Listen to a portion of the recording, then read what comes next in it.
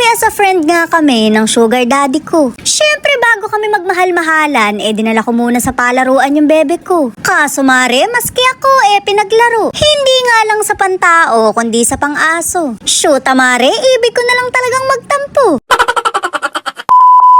Tuwang-tuwa nga yung bebe ko at nakagala na naman. Madalang lang kasi to dahil palagi ako sa inuman. Trabaho naman yun mare dahil doon ako sinasahuran.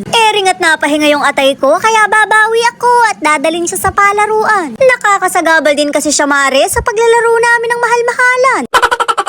Iba talaga sigla ng anak ko pagka maglalaro. Pero bakit pagka pinapabasa akala mo lulugo-lugo? Kundi inaantok masakit daw ang ulo. Paniwalang paniwala naman ako kahit pinaglololoko na ako. Okay lang yan mare, ako na may sanay ng lukuhin. Hindi na nakakagulat dahil hindi na iba sa akin. Mas ikagugulat ko pa nga kapag nagsabi ng totoo. Walang ganun mare, magkape na lang tayo.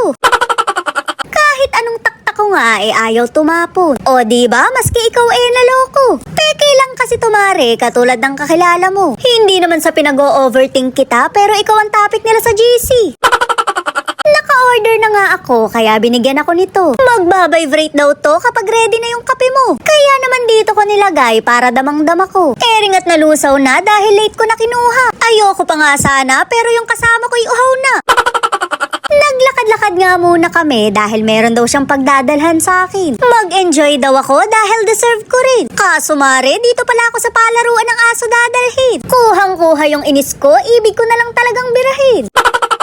Payag naman akong pumasok doon basta siya yung alaga ko. Kaso mare, baka ma-offend ang loko. Mas cute pa kasi yung mga aso kaysa sa sugar daddy ko. Kaya nga inaya ko na lang dito at baka bigla na lang magtampo. Napakaganda pa naman ang view, parang deserve kong luhuran. O mare, para mag-propose ha?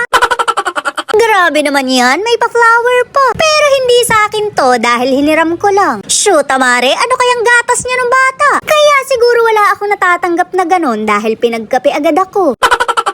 Sinundo na nga namin yung bebe ko na mukhang hapong-hapo. Kaya naman dinala ko dito para mawala ang toyo. Pagkain lang naman ang kasiyahan yan, parang ako. Mahirap talaga akong nagugutom mare, nag-iiba ako ng anyo.